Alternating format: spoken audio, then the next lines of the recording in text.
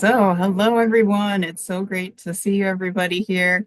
It's funny, I feel like I go through waves where I haven't like qualified in a while, and it's just like it's my higher power is telling me I need to be here to do this. I need to reaffirm how I got here and why I continue to keep doing this one day at a time. So, I weigh and measure 3 meals a day. I write them down. I commit them to to my sponsor and don't eat no matter what for since July 26, 2018. And I just have this little special connection with the West Coast here. So I didn't get a chance to say announcement. So Pacific Northwest retreat, if we only have a couple rooms left. So sign up if you want to come.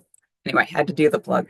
And the reason I do the plug is the person you see before you is not who I used to be prior to recovery. Whether it be gray sheet recovery, especially, or just getting into the rooms in the first place. I still have a tendency to be pretty socially awkward and anxious. However, I have found through gray sheet that I have an ability to the things that I really appreciate and love and I'm enthusiastic, I can push through it to the point of finding the joy and being comfortable.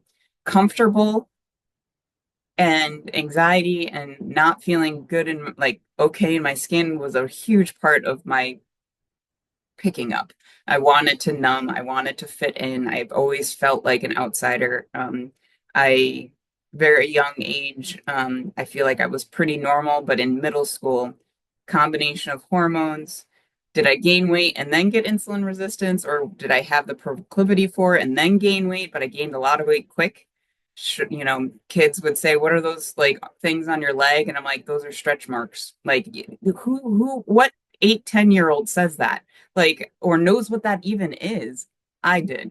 Um, it was embarrassing. I was at the time trying to stay active and do things like kids do, and I was cheerleading, and you had the short skirt, and like, I had the stretch marks all behind my knees. Like, it's so embarrassing.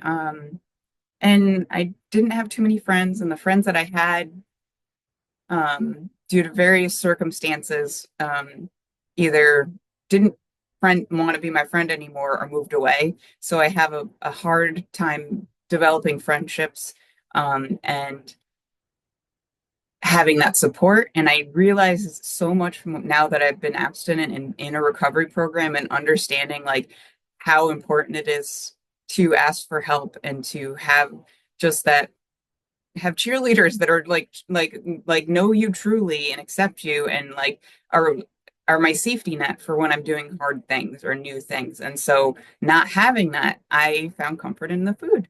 And I told the story a lot lately. It's just been coming to mind and reinforcing to me how much of a I didn't know I was a compulsive reader, but I was. I remember being in the kitchen and grabbing. I just kept going into the bag, taking the twist tie off and taking a slice, closing it, leaving, going back to the living room, eating it and eating it in a very specific way. And if I didn't, it was unsatisfying. Um, and kept going back. And my mom looked at me and was like, "Why are you hungry? Like here, eat something more than just this carb." And I was like, "I don't know. I just need it." And that's what it was with the food is like it was comforting. I don't know if I was going through anxiety time or what it was, but my body has a physiological addiction to the man-made sugars, grains, carbohydrates, alcohol. I mean, that is what it is. And I once it's in my mouth, I'm okay for a bit until I'm not. Or I'm just not, depending on the circumstances, especially the mainline sugar. So I managed my weight through college, through high school, but it was one of those things where it just kept inching up slowly and activity, metabolism of a teenager really is the only reason because I ate like crap. I would sit at home after if I didn't have an activity going on where I couldn't be eating during it after school, I was at home on the couch watching TV, doing homework, and doing one of these the whole time. Um, when I have things that I don't know how to do or I was anxious about, the food was the first choice.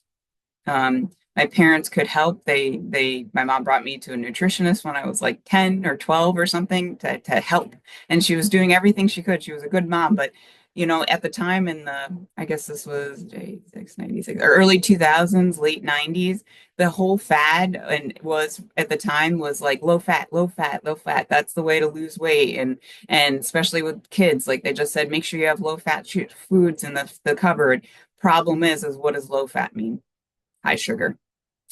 So all of the healthy snacks were all sugar, and I couldn't stop eating them and I couldn't stop thinking about them.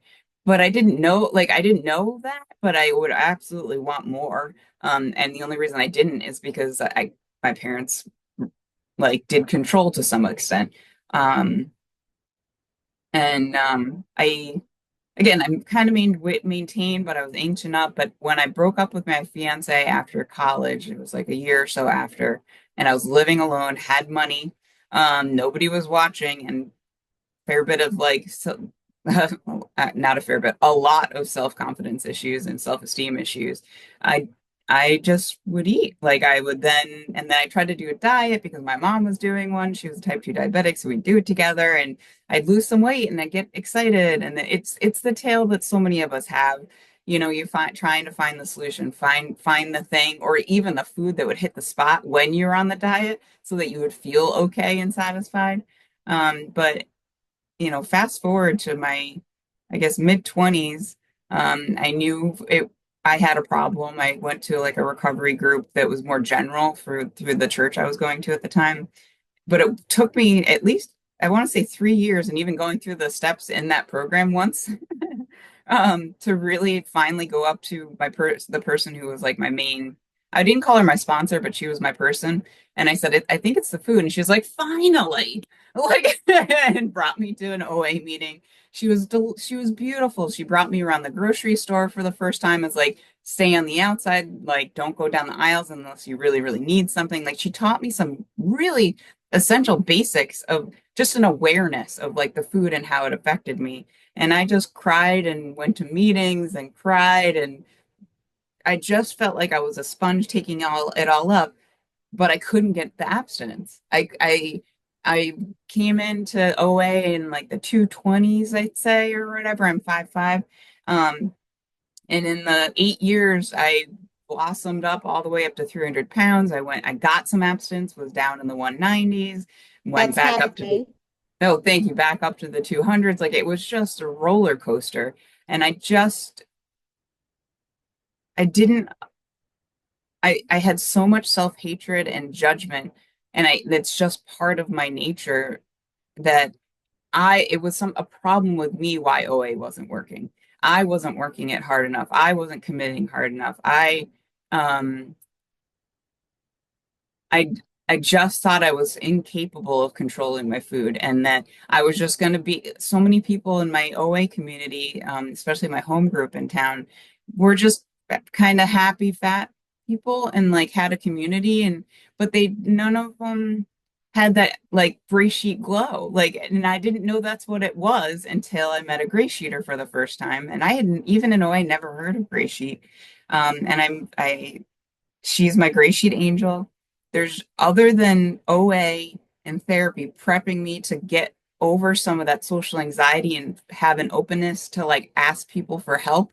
Those 8 years I could never replace because that prepared me for the moment where I asked this woman, "Hey, do you want to sit outside and eat lunch?" That is not of me. That is absolutely of program and of my higher power because I'm so fearful of like rejection that it just wasn't of me to ask her that. And I did it. And I knew there was an inkling subconsciously that she like did something with food that was attractive. I don't know how else to say that. Like, because like she came with her little Tupperwares and she didn't usually eat, like, at least didn't notice never, but I noticed that at times she wasn't eating the food that was provided. But I just kind of word vomited on her and that's kind of where I was at. And that's what I would do in my OA meetings is I would just go, blah, and I meant this place. And she just was so sweet and so delightful. And I explained, yeah, I have some problems with food while I eat my like carb wrap, like lunch thing. And And I don't know why she did this, like, but she told me about Gray Sheet, and I was like, oh, that's so cool. And I felt like we had this connection, and I was so glad to find somebody else that had a problem with a food that I was just so static. But I wasn't, when I heard what she was doing, I was like, but I'm okay. At that period in time, I did have some abstinence back. Thank you. And I had like lost 30 of the 45 that I had put on. And but 2 weeks later, I was sitting and at home, I had gone to the grocery store and I was binging. And it was like, I don't even remember how many nights of it. And I'd send her a text and I was like, hey, can you give me a hand? She forgot. Like we hadn't really texted before. And she's like, who's this? But like 3 days later, I was abstinent and I absolutely believe that my higher power was preparing me to come to Gray Sheet because I don't think if I found Gray Sheet first, like I don't think I'd do it because it would have been unfathomable for me to stop eating sugars, carbs, all that cold turkey because I was so dependent on it to self-soothe that I don't think I could have done it. Or if I did do it because I was desperate enough, I wouldn't have been able to tolerate my feelings to keep doing it. At least in OA, I put down the hard stuff. Like, you know what I mean? Like the mainline sugar things.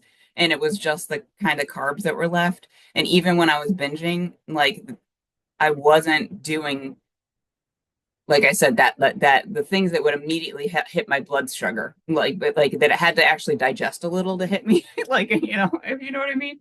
And I was balancing it too with I had learned enough to know how to balance it with protein, so I would eat like a dairy product with the carb, to at least try to not eat as much because I thought it would make me feel full. So I am absolutely like amazed that Gray Sheet worked for me that quickly. And again, it wasn't of me, it was my higher power and I just did it anyway. Anything she said, I didn't think about it. I am literally the like poster child in the dictionary of like overthinker. Um so that I just accepted this is the food plan. Like, just think about that. That is bonkers. Like, to just be like, no, this is just what we do. And I did it. And, my first like 3 months or something were horrible. Like, my body didn't know how to process all of this. Thank you, Stacey, this carbs or these vegetables. And I was in a lot of digestive distress, but I did it anyway.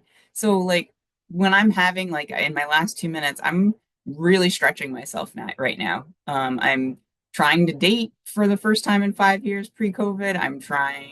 I'm getting some new challenges at work, and it's scary stuff, but I haven't once thought about eating something we don't eat. I absolutely am utilizing other things to help, like watching TV and lots of phone calls.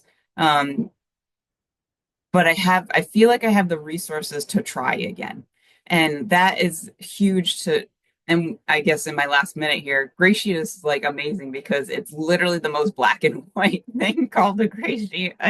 My therapist came up with that, like, I don't know, after like a year of me like doing this. He's like, you know that you're super black and white and you're doing a Gray Sheet and that's hilarious. And I was like, yeah, thanks. Yeah, I didn't notice that, but it's true. So, anyway, yeah, no, it's amazing to me that I could have been like literally an hour ago, I was crying because I was like so upset about dating. And now I'm on this and I'm so full of joy and excited to talk about this because this is my world. Like that can go if it has to. Like this is what's most important is my abstinence and um do it anyway, guys. Just do it anyways because if I overthink it, I'm screwed. So yeah, with that I'll pass and I really look forward to hearing you guys and um continue to tolerate our feelings together. So without that, I'll pass.